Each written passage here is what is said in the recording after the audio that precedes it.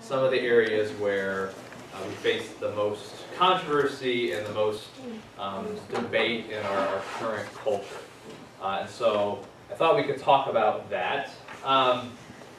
And you've all been sitting here since when this morning? 8:30. 8:30. So you're really energetic right now, I'm sure. And, yeah, and interested in... Turn on the AC again. Really interested in, you know, sitting there and listening to somebody for another 45 minutes or whatever it is. No, this is interesting. Well, thank you. But maybe just to break things up a little bit, I asked Dusty if this was ever done, and he told me he didn't really think so. But we're going to go with it and see what happens. So what I want to do to kind of refresh your memories from last time and to start our conversation for this month is to give you all some scenarios to look at and see, after having done a couple sessions on this, how you would think that natural law would judge these different situations. Right? And so we can maybe make this a little interesting and divide you all up into some smaller groups so you can put your heads together and come up with an answer. And then we can kind of compare notes and see, you know, who's right and who's with Bill. Right? And so... I'm always right, so bring them on. Okay. Please bring them on. So, He said two groups there. well, we can have more than. We'll see. So let's see. I think I got What are the questions first? Yeah. 3 questions, and I realize it might be a little hard to see some of these. But I'll read them for you quickly, and then we'll break up into groups, and you can kind of figure out. So the first one says, a group of soldiers on patrol are able, by an amazing bit of luck, to capture a high-ranking military officer of the opposing forces. Through military intelligence, it's been learned the enemy is planning to launch several key offensives in the area, but specific details are not known. The captured officer refuses to make any comments. The commanding officer steps forward and begins to torture the prisoner in order to gain information about the exact details of the planned offensive, which will most likely be aimed directly at his soldiers. So, what do you think would be a natural law assessment of the act described here in this scenario? Okay, so that's your first one. Second, a young married couple is involved in a serious car accident during the first year of their marriage. The woman is left permanently comatose. After 10 years of caring for his wife, the husband begins to date another woman. The man vows to provide financial support for his wife until her death, but feels, quote, I should get on with my life. So he divorces his wife and marries the second woman. So natural law judgment on that one. And then lastly, an unjust dictator attacks a neighboring nation which is an ally of the United States. Country under attack calls upon the U.S. for help, and U.S. troops are sent into battle.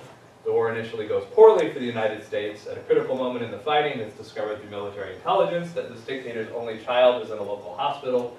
The intelligence report offers very high assurance that A, the hospital wing in which the child is staying can be targeted and destroyed with relative ease, and B, the death of the child will break the dictator psychologically and help the United States win the war quickly, with the result of fewer casualties on both sides. So the U.S. decides to bomb the hospital, killing the dictator's child. So, those are the 3 scenarios. So what I would like you to do, if you find maybe, you probably do like 4 groups, like a group in front and back, in front and back.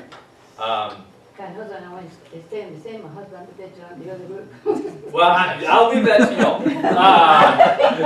That's scenario number 4. What would be kind of the natural law? So, according to natural law, is this moral or immoral? And then, it's why? Right? What is it that you think makes this action moral or immoral in the situation as described? So let's take 5-10 minutes, however long it takes, you know, here to constructively discuss these things and see what you all would say about these. Well, you need to split us up into groups. Okay. Versus pain. Right? So where the rubber is going to meet the road in a lot of these different topics is that there can be situations where what would maximize pleasure, or at least seem to, might require the violation of an innocent human person or some person's human dignity, right? And so that's really going to be, when we look at medical ethics and sexual ethics, a lot of the debates are going to boil down to that choice, right? Which one are you going to choose as the way you're going to make your decisions? So, here, the argument would be, well, torture is always immoral because it is intentionally violating someone's human dignity. Now, the argument is going to focus on the innocence. And this one is. So what did some of the other groups say about this? Yeah, well, I think it kind of depends on what kind of torture. I mean, Okay.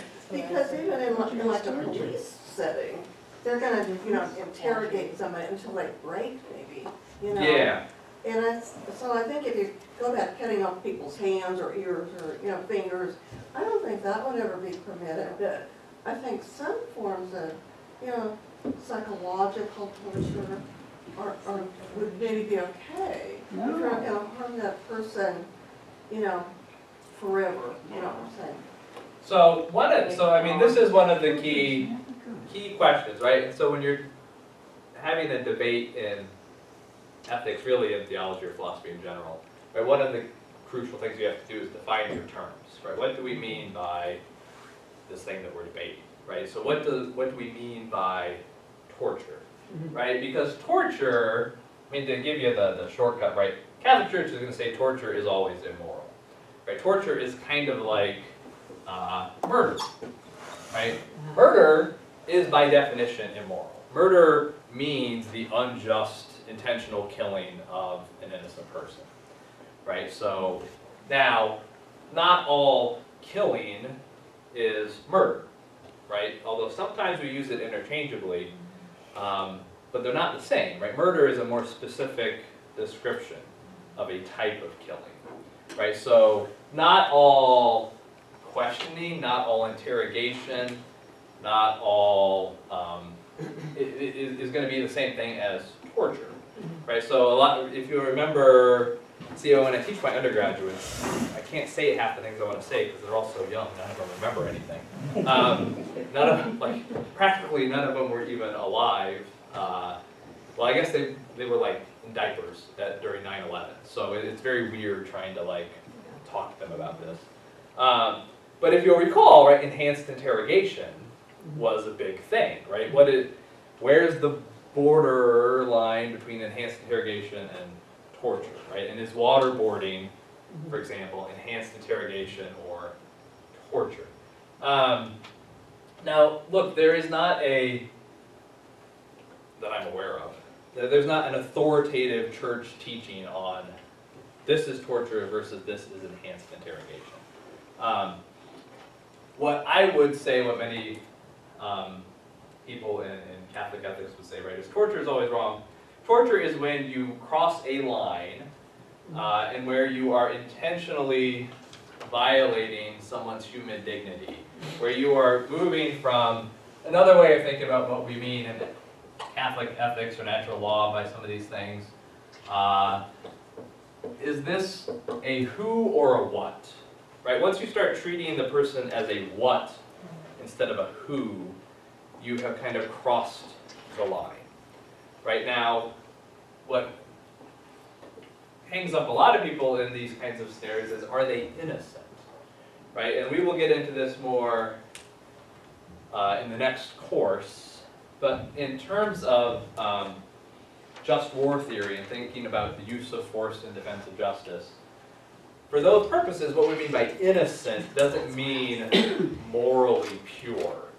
It means somebody who is not actively seeking to harm others, right? So prisoners of war within a military ethics situation are considered innocent because they are not actively engaged in harming others. Once they are in our control, if they're out on the battlefield, I can shoot them in the leg because they are trying to kill me, to conquer a peaceful country, whatever it is, the bad thing, assuming we're on the good guy side. If we're on the bad guy side, things get much dodgier.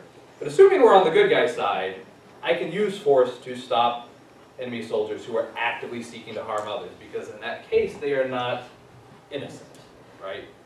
Once they are a prisoner of war, I cannot go into the prison and shoot them in the leg, just because I consider them guilty. In this context, they are now a non-combatant, which is another way, when we're talking about military ethics, of talking about, doesn't mean they're innocent, doesn't mean they're good guys, it just means they are no longer actively in pursuit of harming others. So I cannot use the same kind of force against them. So in this situation, once I have this person taken captive, I can't use the same kind of force I could use on a battlefield. Now, can I use bright lights? Yeah. Can I play good cop, bad cop? Can I keep them awake for a long time, questioning them? Probably. Now, I would say, again, we can talk about this more next semester.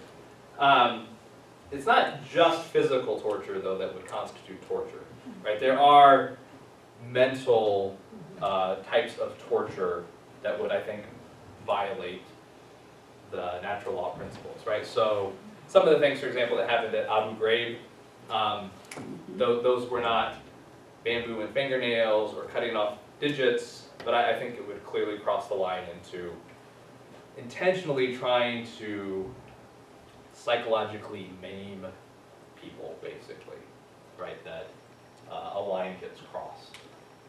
Now, the utilitarian argument could come up with scenarios where torture would be approved, right? So very famously, like the ticking time bomb scenario.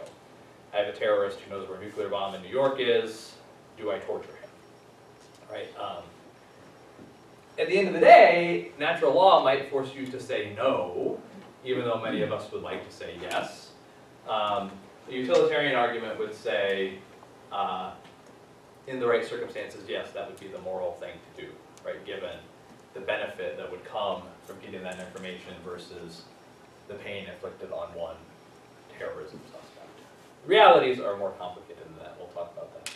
And also, we don't know what type of specific things that the offensive, what offensive thing they were planning. It's a difference if they are going Yeah, I mean, they're going to launch some damage huge a lot of attack. community or only one person. Well, but I mean, again, when you get down to it, for natural law, the scope of the impending attack isn't entirely, it doesn't change the morality, right? So the fact that they might kill a whole bunch of the good guys doesn't mean that you can torture.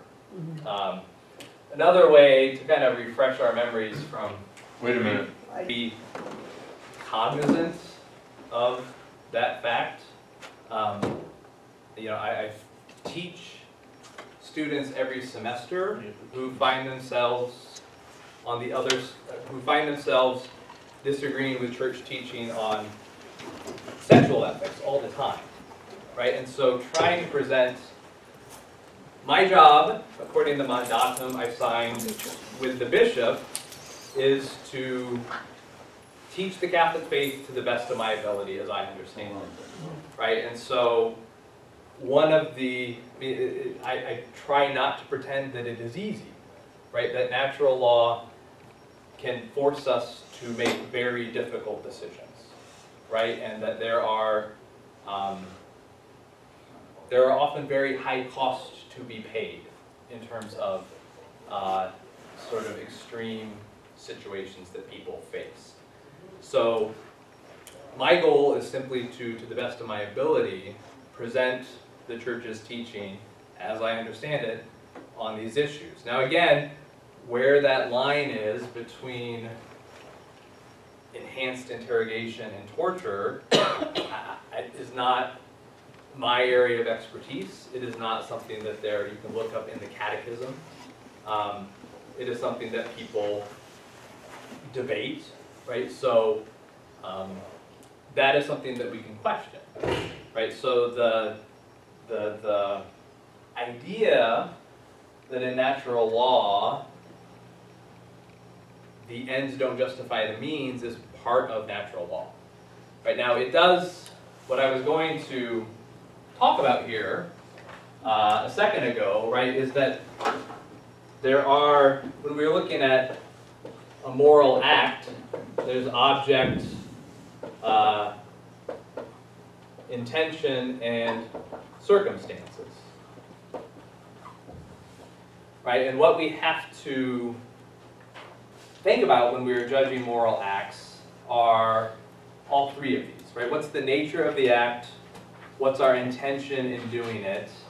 And what are the circumstances involved, right? And so one of the things you have to keep in mind is that the church's teaching in natural law in terms of the object of certain acts is that certain acts are immoral, right, regardless of other factors.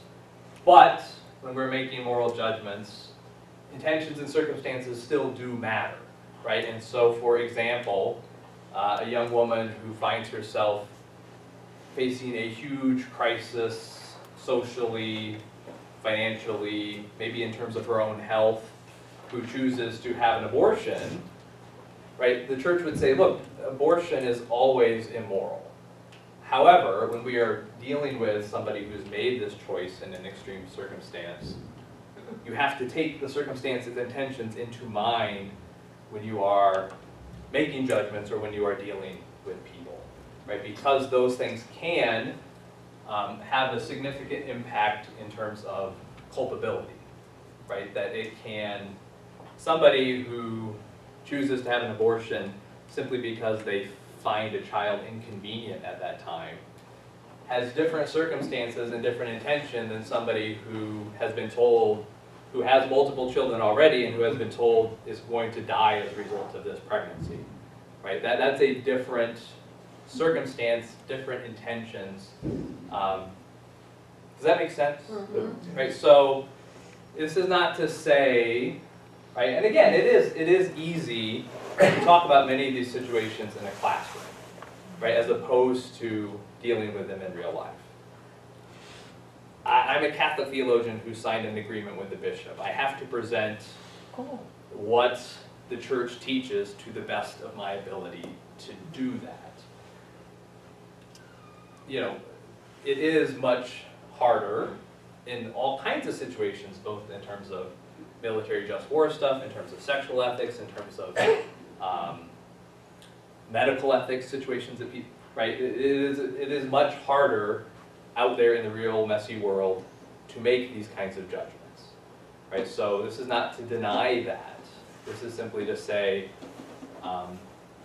this is the church's teaching, and when we are dealing with people who find themselves in these situations, to be as understanding in terms of circumstances and intentions as we can. For what it's worth, I have had multiple veterans in classes where I presented this material, and many of them have told me that they strongly agree with the church's teaching about torture.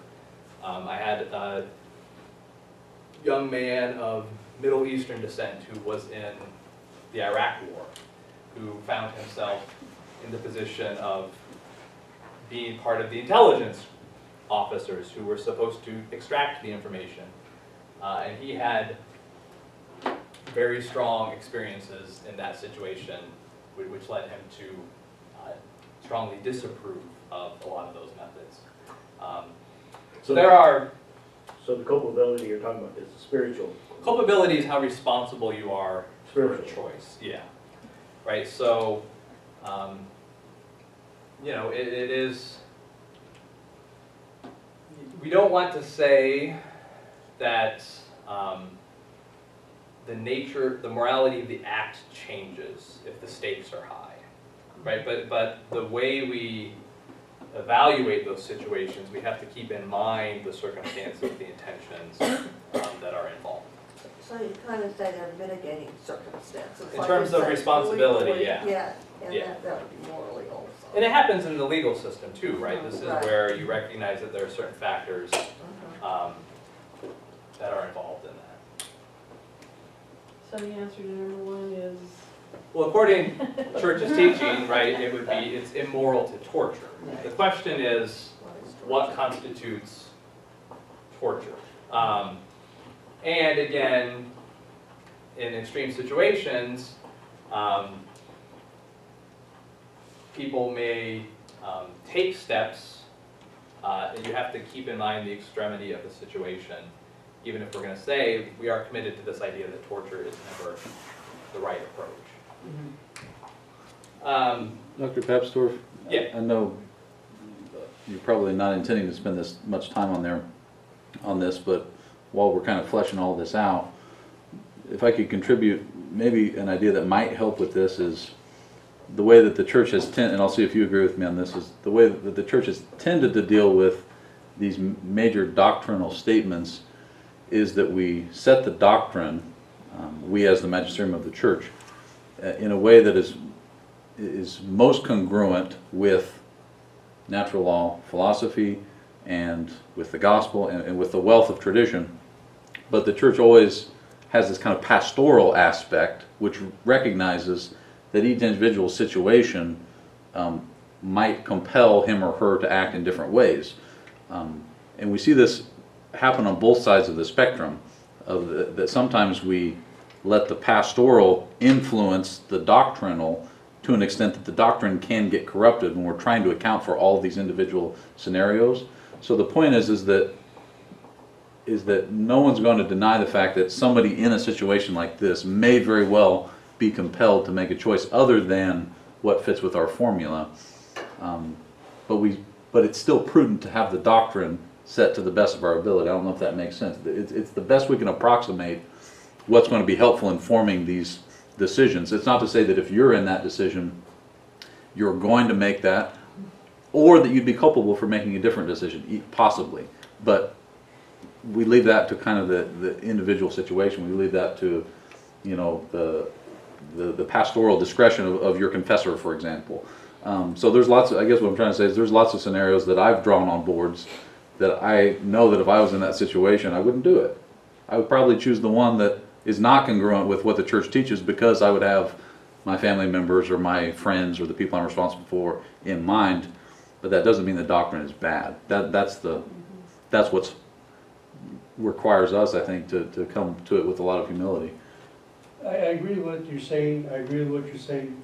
I also want to point out that you are in a way presenting a false dilemma. There are third and fourth choices here. So keep that in mind. They're not just two choices on number one. Yeah, that's right.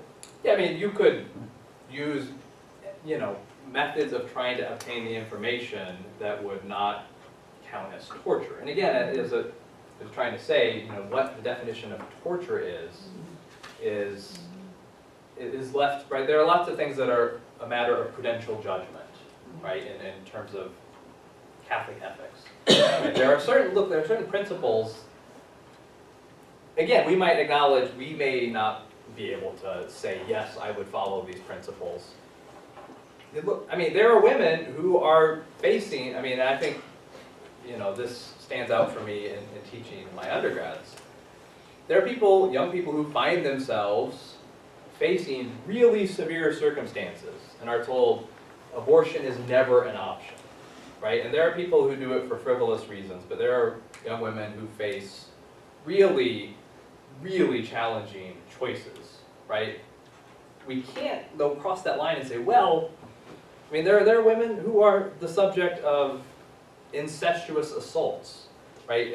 Being told, this is a tragic thing that has happened to you, but it doesn't mean that abortion is moral in this circumstance, right? So now, how would we judge a young woman who experiences this? I would hope we would do it very compassionately. So there's always this challenge, right? Simply because the church teaches it or anyone stands up and presents it as the church's teaching doesn't mean that they would claim to be perfect in following it. And there are other ways of dealing, right? So maybe the way of dealing with this is you support a woman and you arrange an adoption and you provide all the services that will mitigate the harm to her as much as possible. Or if she makes the choice, then you meet her where she's at that point and try to bring her back to a better place, into some sort of opportunity to go on with the rest of her life and flourish as a person. So, yeah, I agree, and I do think if we're going to take ethics seriously, there's always going to be situations that are just really difficult to deal with. One thing, if I can interrupt one last time, just to add this, because I think it might be helpful. Remember, my undergraduate professor in ethics, in regards to utilitarianism, said something that always resonated with me, and I always come back to, is that he pointed out that one of the major flaws with utilitarian type thinking is that we put too much faith in our perceived outcomes, right? Is that future outcomes are indeterminable. So we can create this whole system of like, if I violate this moral, this thing that I know is wrong, if I do this thing that I know is wrong, maybe something good will come from it. And so the problem, so you do something that you know is immoral because you hope that something good will come from that. So like the one that they used to always use, or at least when I was an undergrad, they'd use is, somebody comes in and says he's going to shoot 2 people unless you choose 1 person to shoot.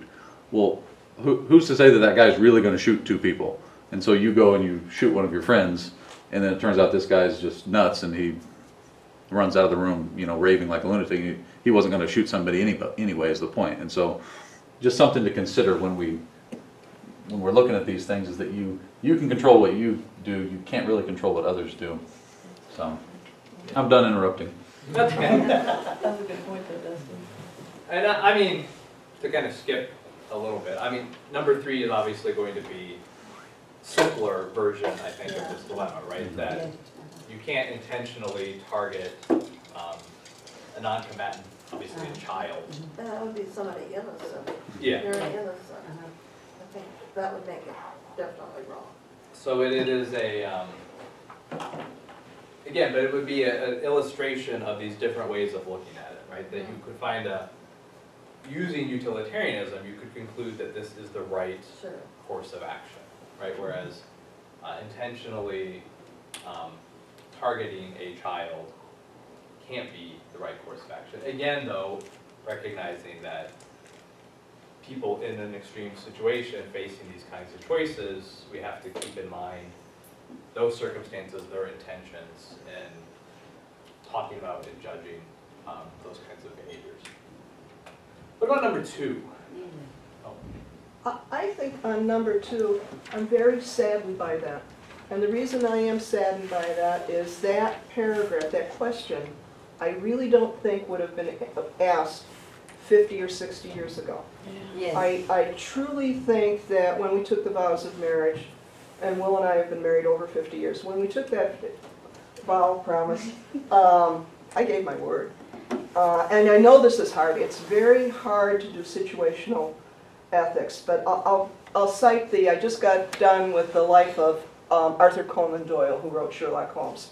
Okay, he was a Catholic. In his first marriage, his first wife got extremely sick, and he took care of her. And then he felt, when he was in his 50s, fell desperately in love, but he remained absolutely faithful to his wife until she died. And that's maybe the knight in shining armor, the gentleman, the thing that I grew up with, that type of visualization. So I find that paragraph very unnerving and very, very sad that our civilization, our mores have changed that much that type of paragraph would be included. I mean, I can think of all the World War I stories again and again and again. I mean, it was the 100th anniversary of World War I. Most of them stayed with their blinded husbands or what. I mean, really and truly, there's been a shift in the culture to have that up on the board, and I find that very sad. But it's like a norm. Pardon me? And very sad to say, but it's like the norm today.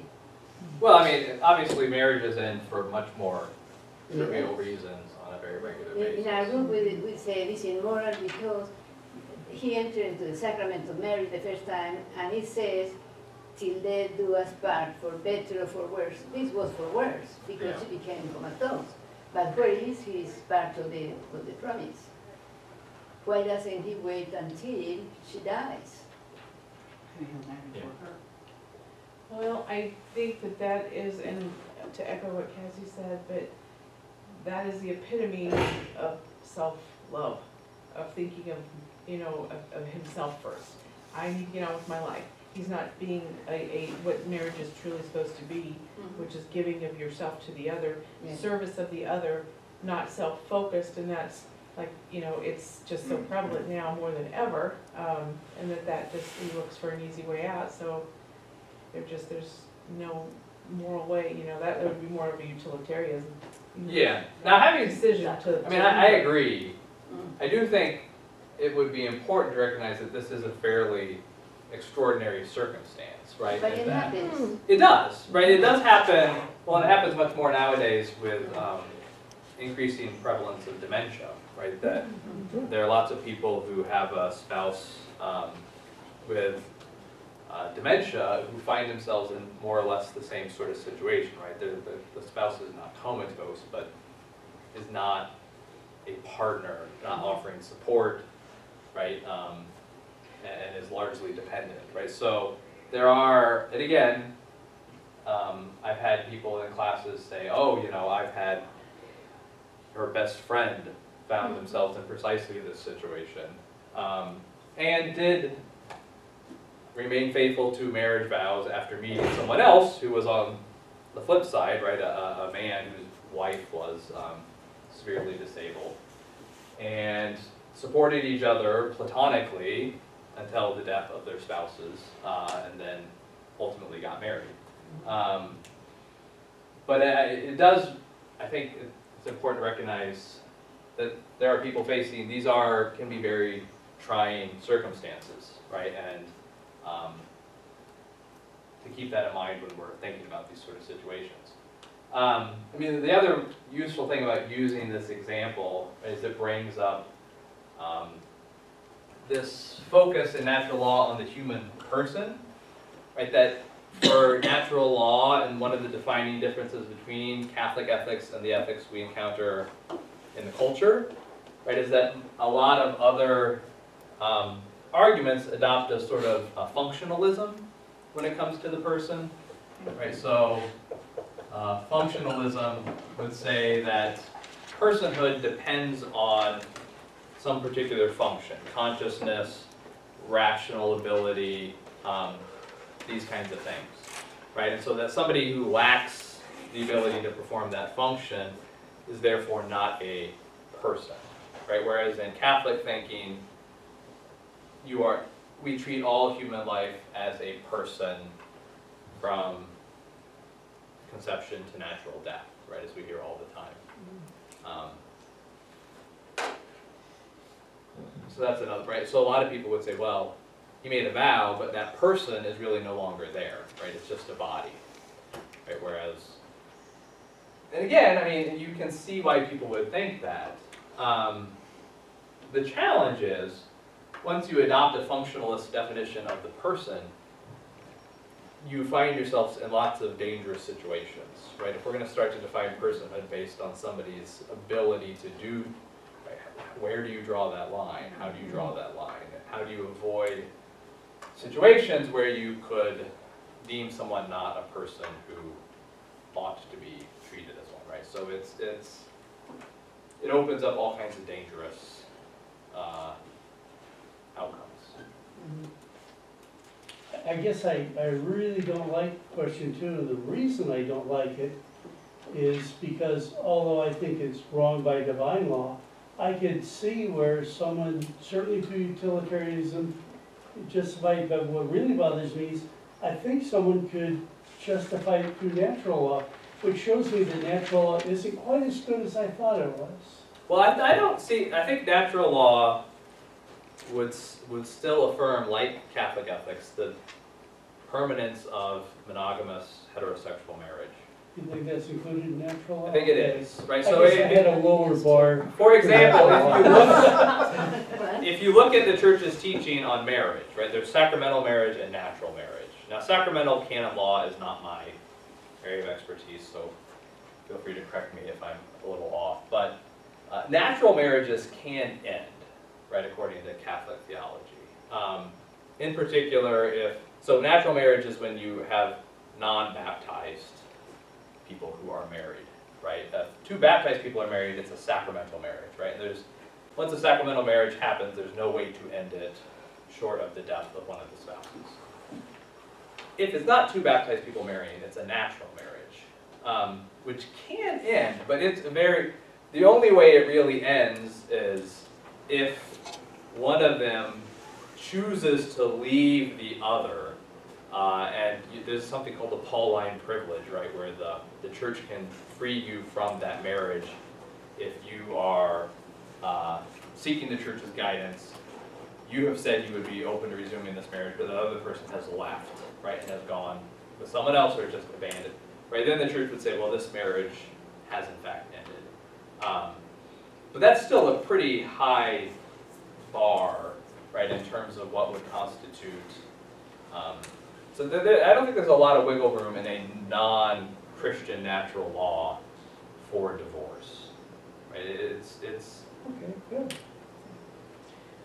Like just what you were saying about ending a marriage between a baptized person or two baptized people yeah.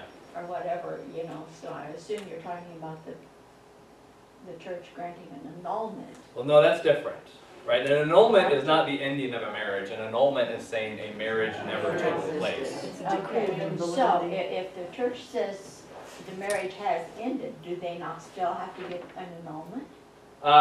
Well, the church can't say that a sacramental marriage has ended unless a spouse dies. Because if a sacramental marriage has happened, it can't end until the death of one of the spouses. What it can sometimes say is this seemed to be a sacramental marriage, but we have now found reason for believing that it never took place because of some impediment. Sure.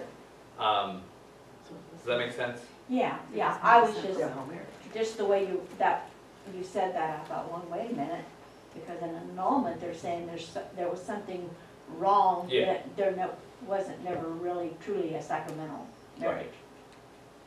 Okay. So, other questions or comments that people had? Are there other ethical, obviously we don't really have a lot of time to dive into medical and sexual ethics in But the because 8 the minutes we woman have is left. left permanently comatose, is this the same as in student death? No. Alright, so, They're not going back. Usually they don't go back. yeah, but, right, so again, as long as a person is alive, until the natural death happens, we treat them as a person, right? So most of the time when people are in a coma, natural death tends to, but there can be situations, obviously like Terry Schiavo, sort of situations where people aren't able to respond and can be alive for a very long time. Is it defined when a person is dead? Is the heart or is the brain? When is? I mean, that is something people debate. When exactly the moment of death happens is not the church doesn't wade into authoritatively defining if it's an EKG or if it's a heartbeat, right? That's something that's left to, again, prudential judgment. The church would say they are a person and need to be treated as a person until death happens. The clinical details of how we determine the time of death is not part of that's not what the church wants to try to define. You're not getting into it here, but there are end-of-death decisions that are very, very difficult sometimes. Yeah. You know, certainly if a person gets dementia, or maybe in this case, but there's other cases where, you know, well, you could keep this person alive if you, $100,000 Right. and that. Well, we can talk, so I mean, my rapidly evolving plan for things is that, what I think we will probably do is next time we will do medical and sexual ethics, right? And we will talk about end of life, right? So in end of life, the one thing you can never do is intentionally cause death. But you can, at times, allow a natural death to proceed. Right, so you- And sometimes you should. Yeah, and I think you could argue. I know, I mean, people write in their will, if this happens, let me die. Well, yeah, and the church fully supports people making those sorts of advanced directives kind of documents, as long as you do it in a way that's informed by, there are certain things you can't do. No, But there are other, so for example, for me, if I went to my doctor and said, I want a DNR on record, that would be immoral for me, right? For me to deny resuscitation when I am a relatively healthy, relatively young person, right, would be immoral. Now, if you are a frail 90-year-old cancer patient, having a DNR might be perfectly reasonable, right? Because it's a very traumatic experience to go through CPR, and the prognosis for a meaningful recovery would be very small, and so you might decide, I'm at a point in my life where if this were to happen, I just want a natural death to be allowed to occur. And then it would be that the church would have no issue with that. And in fact, there are situations where some of the more extraordinary measures really aren't proportionate. They really aren't beneficial in terms of what the outcome is going to be. Sometimes those things aren't moral. Yeah, although the church is much more. What it does to the people. That's true. I think mean, that's it's true. torture. The church is very hesitant to say, to push the discussion in that direction, right? What the church tends to say is, you can forego certain interventions. They're very, if you look at the documents, it's very hesitant about saying you ought not to. Because there can be reasons why people want to aggressively treat something, even if the right? So there are situations where I really just need to live to see my grandson's wedding, right? And there could be situations where they could undergo a treatment that may have a pretty low chance of success, but it would be... I'm talking about some of the stuff they do, like in an emergency room if somebody's... Yeah. Some of that stuff's pretty traumatic, like you said, for a frail 90-year-old who's got cancer.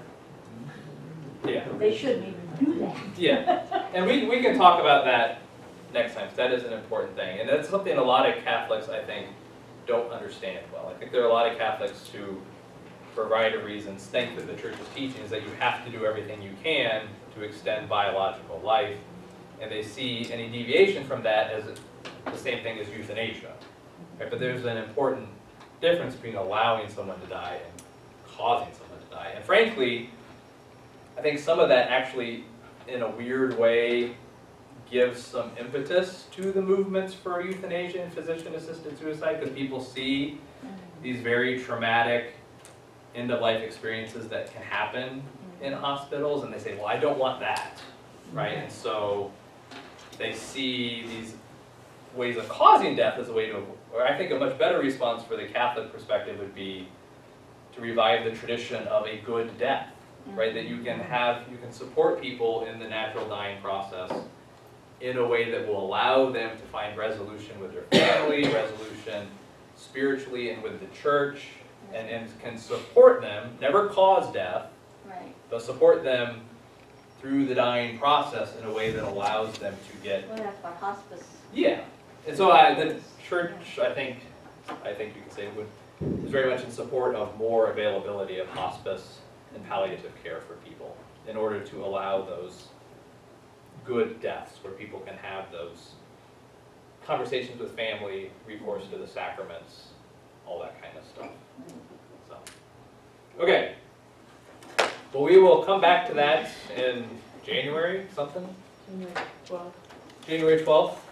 So we'll do medical and sexual ethics, and then some different Catholic social teaching things again later on in the semester. Thank you, Dr.